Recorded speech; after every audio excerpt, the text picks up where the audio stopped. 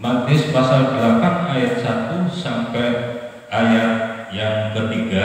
Demikianlah firman Tuhan. Setelah Yesus turun dari bukit, orang banyak berbondong-bondong mengikuti dia. Maka datanglah seorang yang sakit kusta kepadanya, lalu sujud menyembah dia dan berkata, "Tuhan, jika Tuhan mau, Tuhan dapat mentahirkan aku." Lalu Yesus mengulurkan tangannya menjamah orang itu dan berkata, "Aku mau, jadilah engkau tahir." Seketika itu juga tahirlah orang itu daripada kustanya. Haleluya, puji Tuhan. Saudaraku sekalian, firman Tuhan ini menyatakan ketika Tuhan Yesus itu dari bukit dan berbondong-bondong atau banyak orang sedang mengikuti Tuhan, karena begitu banyaknya orang yang ikut untuk melihat kuasa dari Tuhan Yesus, maka orang itu selalu mengikuti Yesus kemana saja perginya. Dan ketika orang banyak itu mengikuti Yesus, datanglah satu orang yang sakit pada waktu itu, yaitu sakit kusta. Sakit kusta ini adalah merupakan sakit yang sangat berbahaya pada zaman itu, dan juga di Israel dikatakan sakit kusta itu adalah salah satu sakit kutukan. Dan tiba-tiba datang orang sakit ini, dan firman Tuhan mengatakan, maka datanglah seorang yang sakit kusta kepadanya, lalu sujud menyembah dia. Lalu sujud menyembah dia. Jadi Yesus itu adalah Tuhan. Oleh karena di hadapan orang banyak pada waktu itu, orang yang sakit kusta ini datang kepada Yesus dan sujud menyembah Yesus. Dan ketika sujud menyembah Yesus itu, Tuhan di catatan firman Tuhan ini tidak ada yang mengatakan, jangan menyembah aku ya, aku ini manusia biasa. Tidak ada seperti itu. Tetapi ketika dengan kerelaan hati yang luar biasa dari seorang yang sakit ini, karena dia ingin sembuh, dia datang kepada Yesus dan sujud menyembah dia. Ini sukarela, menyembah dia itu sukarela, dan di hadapan orang banyak. Ketika Yesus disembah di hadapan orang banyak itu, dia tidak menolak penyembahan orang sakit kusta ini, tapi dia membiarkan atau menerima penyembahan itu. Sedangkan orang yang sakit kusta itu dia mengatakan, "Tuhan, jika engkau mau, katakan saja." Ya, katakan dia, "Tuhan, jika Tuhan mau, Tuhan dapat mentahirkan aku." Jadi kalau orang kusta itu datang kepada Yesus, tidak memaksa Yesus untuk menyembuhkan, tidak, tapi justru mengatakan, "Tuhan, kalau engkau mau, maka kami akan tahir." Tuhan, kalau di dalam bahasa Yunaninya itu Tuhan, itu aslinya itu bisa berkata Tuhan, bisa diartikan Tuhan. Jadi kalau Tuhan itu berarti ada orang yang lebih tinggi derajatnya, maka dia bisa sujud dan menyembah dia. Sebagaimana seorang raja itu yang disembah. Zaman sekarang pun masih ada raja itu, kalau rakyat yang datang kepada raja itu menyembah. Ya.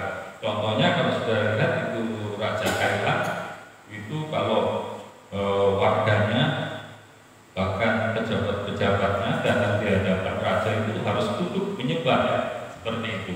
Nah, Yesus itu disembah di hadapan banyak orang, sehingga ini menjadi saksi. Orang-orang yang berbondong-bondong itu tahu persis Yesus tidak menolak penyembahan yang dilakukan oleh orang yang sakit kusta, meskipun orang sakit kusta itu mempunyai keinginan supaya dia disembuhkan dari sakitnya. Dan oleh karena dengan rendah hati datang kepada Yesus, "Kalau engkau mau mentahirkan aku, maka aku tahir." Ya, kalau Yesus, maka dia tahu persis kehendaknya Tuhan Yesus, bukan kehendaknya orang yang sakit itu. Yesus, seperti itu, tetapi dia menunjukkan kerendahan hati supaya Yesus itu melakukan kehendaknya. Dan Yesus itu mengatakan di sini bahwa Tuhan Yesus itu kehendaknya untuk mentahirkan orang yang sakit kusta itu. Jadi saudara sekalian, bahwa Yesus itu tidak menolak untuk disembah oleh orang sakit kusta itu. Yesus itu memang layak disembah meskipun itu di hadapan orang banyak, dan orang-orang banyak itu sungguh-sungguh memperhatikan menjadi saksi bahwa Yesus itu disembah. Saudara, jadi di sini kita bisa melihat yang kedua, fakta yang kedua, bahwa Yesus itu memang disembah oleh orang banyak, yaitu dalam Matius pasal 9 ayat 18. Ya, Matius pasal 9 ayat 18, mulai ayat 18 saya baca. Sementara Yesus berbicara demikian kepada mereka, datanglah seorang kepala rumah ibadat lalu menyembah dia dan berkata, anakku perempuan baru saja meninggal, tetapi datanglah dan letakkanlah tanganmu atasnya, maka ia akan hidup. Coba perhatikan saudara di situ. Firman Tuhan ini jelas mengatakan kalau orang kusta sih, itu ayat biasa, dan orang yang sakit ya mungkin dia mengatakan itu bisa sekarang. Tapi bagaimana dengan seorang kepala ibadat ini? Dan pada waktu Yesus itu sedang mengajar murid-muridnya, dan ketika dia mengajar ini, datanglah kepala ibadat orang Yahudi. Padahal orang-orang Yahudi pada umumnya menolak Yesus Kristus, dia tidak percaya kepada Yesus. Tetapi orang yang membutuhkan kesembuhan ini, kepala ibadat atau kepala sinagoge orang Yahudi itu, dia tahu persis Yesus itu siapa. Itulah sebabnya dia datang kepada Yesus dan menyembah dia. Ini luar biasa. Dia menyembah itu bukan seorang diri, bukan karang-karang, lalu bukan mengatakan dia menyembahkan bisa aja di karang-karang. Tidak, justru ini menyembah di hadapan orang banyak dan juga di hadapan murid-muridnya. Dia sujud kepada Tuhan Yesus. Dan juga firman Tuhan ini tidak mengatakan Yesus lalu menolak orang, kepala ibadat jangan menyembah aku ya, aku ini bukan siapa-siapa. Tidak ada perkataan itu. Tapi Yesus itu membiarkan kepala ibadat itu menyembah dia. Artinya dia menerima penyembahan dari kepala ibadat itu. Dan tujuannya kepala ibadat itu supaya apa? Supaya datang ke tempatnya karena anaknya baru meninggal. Coba bisa bayangkan ya, kalau datang kepada orang memberitahu anakku baru meninggal, itu konotasinya adalah supaya melayat ya, untuk menyertai kedukaan itu, lalu bisa datang ke kuburan seperti itu. Tidak, tetapi orang ini sujud menyembah supaya Yesus itu mau menghidupkan anaknya yang sudah mati itu. Apakah Yesus bisa bukan orang yang mati itu?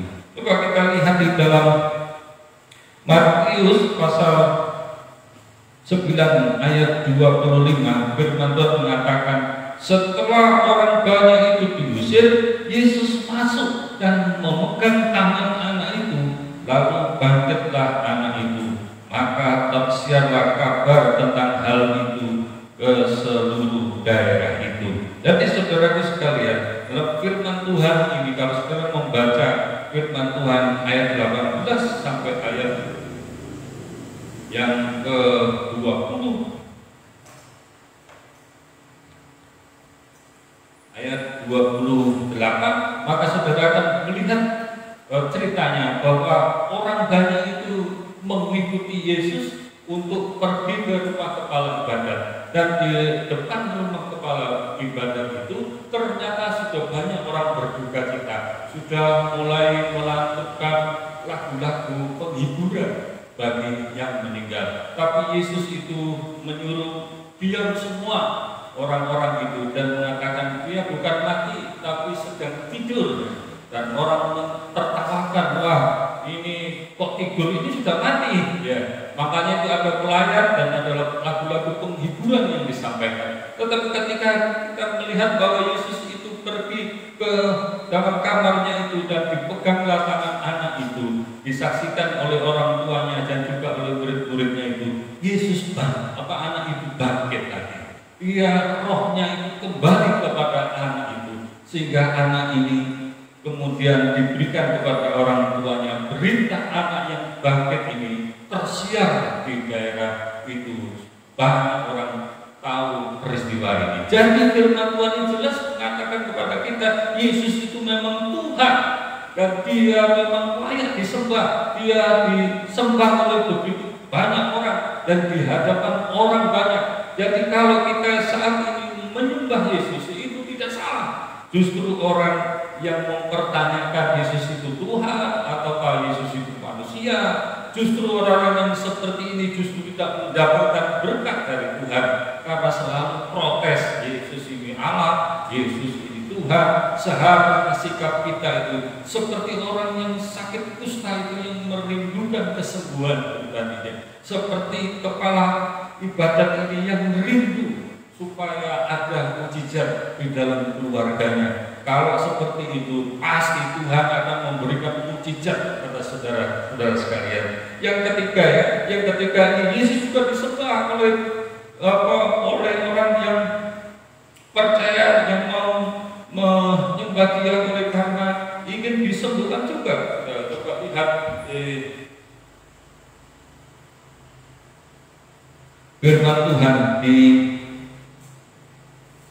Matius pasal 17 ya, ayat Matius 17 ayat 14 sampai seterusnya saya baca. Ketika Yesus dan murid-muridnya kembali kepada orang banyak itu, datanglah seorang mendapatkan Yesus dan menyembah. Katanya, Tuhan, kasihanilah anakku, ia sakit ayan dan sangat menderita. Ia sering jatuh ke dalam api dan juga sering ke dalam air. Coba perhatikan firman Tuhan yang jelas. Ketika Yesus itu kembali kepada orang banyak mau mengajar dan kemudian dihadapkan juga oleh murid-muridnya, datanglah seorang laki-laki datang kepada Yesus lalu menyembah. Jadi orang ini menyembah Yesus di hadapan orang banyak dan di hadapan murid-muridnya.